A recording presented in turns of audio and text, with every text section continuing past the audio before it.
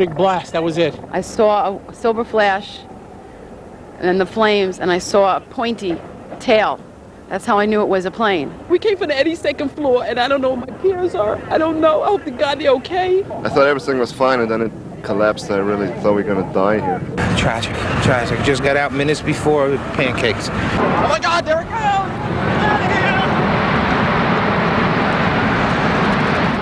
An attack on America paralyzes New York City as hijacked planes target the World Trade Center towers. Good evening. You're watching Eyewitness News at 5. I'm Rob Hanrahan. I'm Roz Abrams. It was an attack on America, plain and simple. It began just before 9 o'clock this morning when an airplane crashed into the North Tower of the World Trade Center. Moments later, another plane crashed into the South Tower of the World Trade Center. And now, just moments ago, in exclusive video, we see the full destruction of those attacks. As you can see, it is only now becoming clear just how devastating that attack was. There is no word on casualties, but we know there are many. Mayor Giuliani has already advised the city that the casualties will be more than most of us can bear. And New York City was not alone. A plane crashed into the Pentagon just outside of Washington, D.C. David Ushery is in the newsroom with details on the terrorist attacks. David. Roz, an attack on America that at least part of which was witnessed by America. And as you can tell already, the video and the eyewitness testimony very compelling. And from coast to coast, it is affecting the nation as a whole. The events unfolded in what seemed like a methodical way this morning. And for a time, the nation wondered, what next? The first blow to the world superpower came just before 9 this morning, striking at the towering symbol of America's dominance on the world stage. The FBI says an American Airlines jet, Flight 11, out of Boston and headed to Los Angeles, slammed into the North Tower. Flames and smoke billowed from the skyscraper, but the emergency response was swift and evacuations were started to get many people out to safety. Within minutes, the area is flooded with cops and firefighters and EMTs trying to help civilians. And Newscopter 7 and other media outlets are perched as witnesses. This may have been what the attackers were waiting for, because at 9:04, just minutes after the first strike, watch closely at the right of your screen as a second jetliner heads for what even to the untrained eye looks like a surgical strike into the South Tower. Against a backdrop of gentle blue skies, a terrorist arrow pierces the heart of a city and a nation. There were several angles to witness the tragedy, one more horrifying than the next. The FBI says this was a United Airlines flight 175 out of Boston, also headed to Los Angeles. At this point, the 3 major airports in New York City are already shut down. Trading on the financial markets was suspended, and several of the city's high-profile buildings evacuated.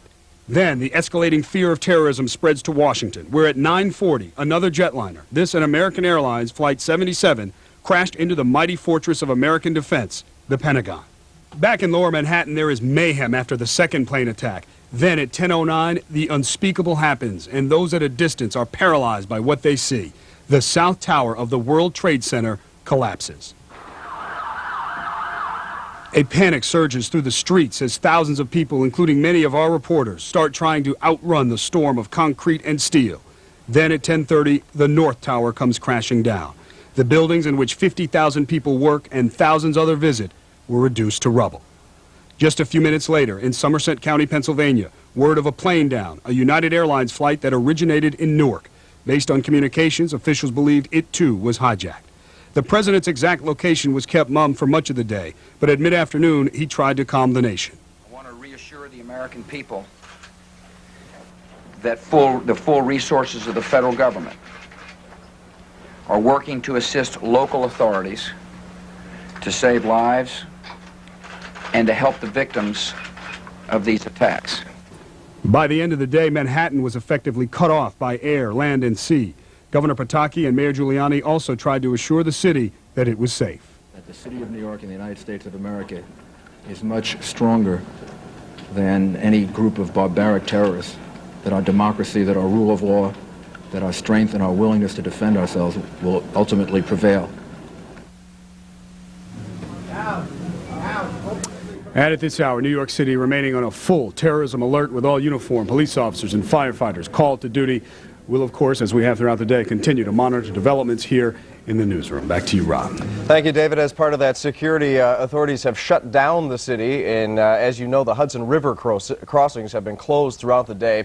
The tunnels and bridges there. We just have word now that the Lincoln Tunnel has now opened one lane outbound only. It's one lane outbound at the Lincoln Tunnel reopened, and each vehicle, we're told, each one leaving the city is being checked by authorities using bomb-sniffing dogs. So that's the latest on transportation. Much more coming up in just a few moments. But first, we want to tell you more about what has happened throughout the day here. Eyewitness News has had several reporters in Lower Manhattan. They were there immediately following the attacks on the World Trade Center, and their own accounts of this attack are gripping, to say the least. We begin with N.J. Burkett. He's live in Lower Manhattan for us. N.J. And Rob, nothing but a gaping hole in the New York City skyline right now. For hours, huge plumes of smoke have been rising from what were once the World Trade Towers. And ambulances here on the West Side Highway have been crisscrossing the road here, racing past us all day. You know, we got to the disaster scene shortly after the attack, but the plane crashes were only the beginning. Minutes after the attack, it was pandemonium in Lower Manhattan. Grab your guy and get him out. As the fires raged on the upper floors, glass, twisted metal, and airplane parts hurtled to the ground below. We watched helplessly as office workers, desperate to escape the choking smoke, hung from their windows on the 90th floor. At the time, no one expected the towers to collapse. This is as close as we can get to the base of the World Trade Center. You can see the firemen assembled here, the police officers, FBI agents, and you can see the two towers. A huge explosion now raining debris on all of us. We better get out of the way! Everyone ran for their lives into the lobby of an office building across the street. Firefighter Louis Caccioli of Engine 47 barely made it out alive. As we came downstairs, we were just dragging people along with us. And then when we came outside, it just blew, the tower blew, and I found the mask on the floor as I was crawling. And I was lucky to make it out here. I heard a plane, low, and I looked out the window. Kathleen Ovino works in an office trailer just down the street. And then I saw flames engulf the whole upper portion, and then I saw the smoke, and the whole trailer rocked. The trailer was almost lifted off the ground. And then I just started screaming because I could feel what was going on with the people. And I remember looking at the clock that it was 9 o'clock. And I said, here's people sitting at their desks with families. And then they weren't anymore. And then we saw the people jumping. We saw what we thought was debris, and we realized it was people jumping. Go! Go! Nearby hotels were evacuated as it became clear that the North Tower would collapse. And within minutes, there was another huge blast. Oh my God, there it goes!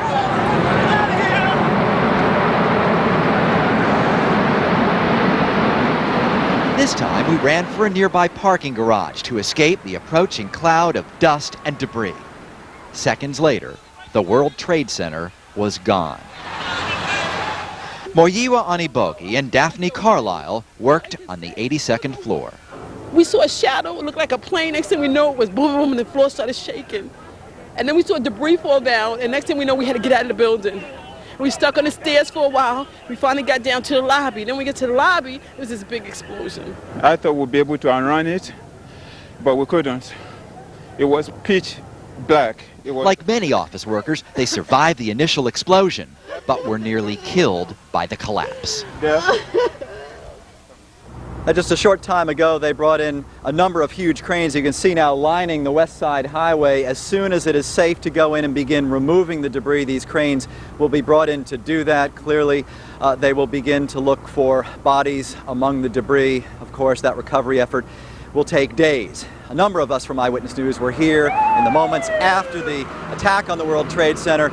Let's turn it over now to Jim Hoffer, who got here shortly after the attack. Jim? Well, NJ, thank you. You know, one of the things that strikes me here in the passing hours is just how little panic has taken place, what little panic, at least, that we've seen, considering the enormity of events here, the colossal damage that has taken place.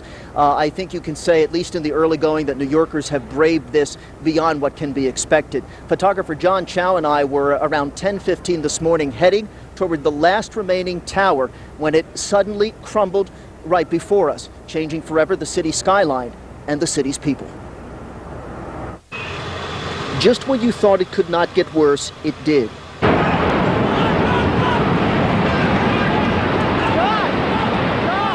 The second trade tower, crippled by a kamikaze plane strike, collapsed and sent hundreds of people running from its dangerous cloud of dust and debris. As you can see behind me, the second and last tower of the World Trade Tower has just collapsed. It is about 10:30 Eastern Time, and the tower has collapsed. We did not hear an explosion. There was no sign telling us previous any kind of warning that the building was going to collapse. The warning for us were people just running in our direction, and that's when we started to get out of the way. It is a scene out of Dante's hell, horrific. No World Trade Tower is standing. Time, 10:30, Lower Manhattan. And I'm standing next to John, and then the top of the thing blew up, and it just exploded, started coming down. I was running for my life, and me, the fireman, John, we were just taking off, man, and it was falling down behind us. It was coming up behind us, and I just saw this truck, and I knew it was right behind me, and I just slid underneath it, and I thought it was John behind me, and it was a fireman. And we stayed down there, and everything just went black. Well, that New Jersey man is one of what must be innumerable heroes in this tragedy. He was able to get a woman, he and his friend, able to get a woman out of one of the towers. She was in a wheelchair. They were able to bring her down some 50 floors before that building collapsed. Although in an interview with us, as he was choking back tears, he says he didn't know whether the woman in the wheelchair was able to get far enough away from the building to prevent any harm to her when the building did finally collapse. We're live in Lower Manhattan. Jim Hoffer, ABC 7 Eyewitness News. Jim, our Joe Torres was a couple of blocks from the South Tower of the World Trade Center when it began to collapse. We actually lost touch with Joe and his photographer for some time this morning. Both are fine this evening, and Joe joins us now live with an account of what was happening all around him. Joe. I can tell you tonight that it is a very different thing to become part of a story than it is simply to report a story. A range of emotions tonight for myself and Eyewitness News photographer Glenn Mayrose. We find ourselves at this hour very thankful, very blessed to be standing here talking to you today, and in a moment you'll see why. At the same time, we mourn, we grieve with the thousands of people today who lost a loved one or who at this hour still do not know what has happened to their friends or relatives. Let us now show you what we experienced this morning about 1 hour after the first plane crashed into the World Trade Center.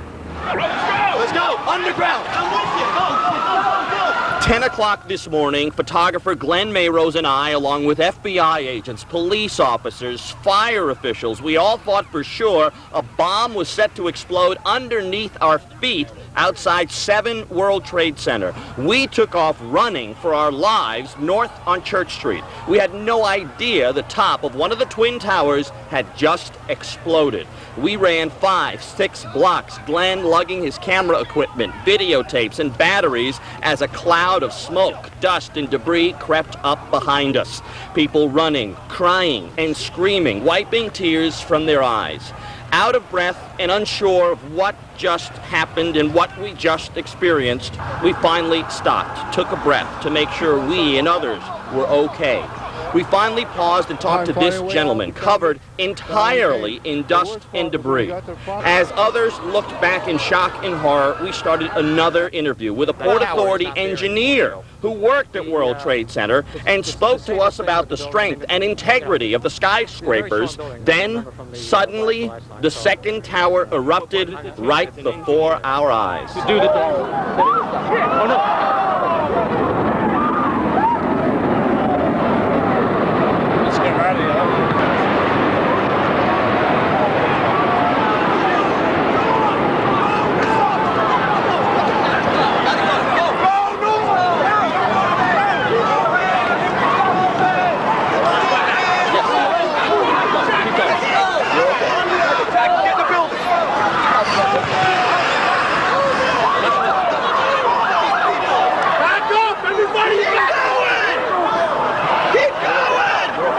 Moments later, the frantic run up Church Street started all over again. And again, Glenn and I were within the shadows of the World Trade Center, just 1 or 2 blocks away on the north side of the towers. We have been out on the street trying to cover the story here of the people throughout the day. We are still unsure of many of the facts that have occurred because we haven't been in front of a TV or in front of a radio. To that end, one of the facts we're not sure of, we're not sure in exactly what direction most of the debris fell, other than to say it did not fall in our direction on the north side. And for that, we're quite thankful. Live outside St. Vincent's, outside the Trauma Center in Greenwich Village, I'm Joe Torres, ABC 7 Eyewitness News. Thank you, Joe. An amazing account, Joe and Glenn Mayrose. Well, as you've seen, this horrific attack was shocking for many people. It no doubt will remain so throughout our lifetimes. But for the people who actually saw what happened, as you saw Joe's account, others who were down there, this will be an indelible print on their minds forever. Let's go to Jeff Rossen. He's live now with more on their stories. Jeff. The iron feed is useless, right? Yeah, don't bother with the iron. A few technical problems obviously come into play here as we continue our live coverage of what happened today at the World Trade Center. Jeff Rossen has been down in that section throughout the day. Do we have Jeff?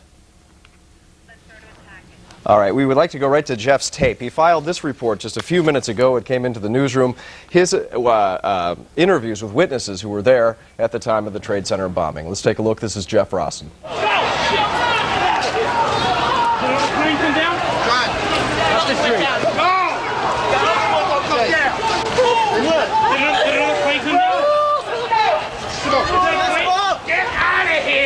Stuck in a dark black cloud as the World Trade Center went down, workers trying to get away could not. Hard to breathe, impossible to see. All of a sudden I heard rumbling and we all started running away from it. The glass blew out and threw me onto the sidewalk, and I couldn't see for 20 seconds. Just blocks away, a plane engine sits on the sidewalk, burned. The dust covered everything, making evacuations and firefighting tough. It was like holy hell coming down them stairs.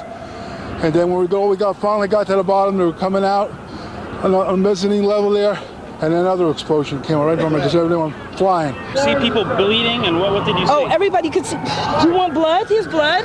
Everybody's bleeding. People are laying all over the floor. It's horrible. And I was there the first time, and this is twice. In the moments after impact, a frantic Mayor Giuliani rushed away for safety, telling us to follow him. Can't go to City Hall. Why? You should not go to City Hall. All right, well then let's go north then. You know especially what happened to airplanes? Come with us. Come with us. Firefighters moving through the rubble, trying to find survivors, finding them by following their screams for help. I've been on the fire department 20 years and never lived through this. I lived through 2 collapses today. I'm on vacation from the fire department. I came in on my own. My car's all wrecked. And I just came in to help people and do my job. That's my job, save people's lives. And they saved so many people today. I want to give you a live picture down Church Street. One firefighter called it World War III, and you can see why. The fire still burns out of control. And next door in the financial center, we understand from the fire department they have evacuated everyone out of that building. But again, the rescue effort continues, and there is certainly no end in sight. You hear me coughing there for a minute. The dust gets to you. It gets into your lungs. We've been wearing these masks all day to protect us, but certainly it does get to you. We have been out here, again, for 8 hours. Back to you. All right, Jeff Rossen, thank you live. They should probably keep those masks on as long as possible to take care of their own health. Now, as you saw, the witness accounts of the attacks today are quite compelling. People are stunned, they're shocked, some barely even able to talk about it. Stacey Sager is on the west side with more from those who have witnessed New York City change forever. Stacey. Well, Roz, I can relate to what Jeff is saying. We were able to drive around Lower Manhattan today and walk around on the streets, at times needing these masks. I can tell you it is truly eerie to see no traffic whatsoever on many of the streets of Lower Manhattan. Certainly not a typical weekday in terms of traffic. You're just walking around. The streets are empty, but for large groups of people staring at that plume of smoke. Everyone with the same concern, everyone wondering if the wind would change, where the smoke would blow next. And when you see the people who have been at ground zero, you know there are few words that can describe the true horror of this day. When the West Side Highway looks like a war zone and cars and people are covered with soot and ash, one of the only things we could do is give victims a chance to reach their loved ones. Frank Veriano made it down from the 88th floor. Okay, Madeline, Gina, everyone, I'm okay. I called. I tried to call. Whatever. I got to find my people. And there were those who came here distraught on foot and in search of their loved ones. I'm looking for my stepmother. You're looking for your stepmother. Where was your stepmother at the time of the blast? Supposed to be at work on the 21st floor. Doesn't look good at all. What floor was your sister on? 107. And how long has it been? You've been just waiting to try to hear anything? Well, I live uptown. I just came down here as soon as I could, but they don't know anything. They can't tell us anything. Every few feet, more eyewitness accounts. These people walk down from the 89th floor, knowing full well many above them may not have made it. Have you ever seen bodies piled up on top of each other, frozen, contorted, covered in soot, all piled on top of each other? You'll never forget something like that as long as you live. And firefighters, heroic New York firefighters, risking everything to help the survivors. And then they begin to think about who could have done this and why. They're animals. Animals. It should be an act of war. It should be war. Nobody's safe. We're not safe. Even all these little buildings, we're not safe. Back here live again on West Street, you see the plume of smoke. You can see it still smoldering over behind me. You hear the anger in their voices. You hear the shock in their voices. We talked to people who came out from all of this and had no idea that this was a terrorist attack. Really, we talked to them, we informed them, they're still in shock. That is what we found out here in Lower Manhattan today. I'm Stacey Sager. Back to you. Thank you, Stacey. Hundreds of people, the victims of this attack, were rushed to area hospitals. And now the need for blood is dire. Hours after the attack, dozens of people began lining up to donate blood, but the need is still extremely great. Now, we are going to give you information on where you can go to help in just a moment. But first, Lauren Glassberg has been at St. Vincent's Hospital all day, and she joins us now with the latest on the casualties. Lauren. When I arrived at the World Trade Center shortly after 9 this morning, shortly after that second plane struck the second tower, there was the overwhelming sense that there would be hundreds of fatalities. At this point, no word on how many people have died in this terrible tragedy, but we can tell you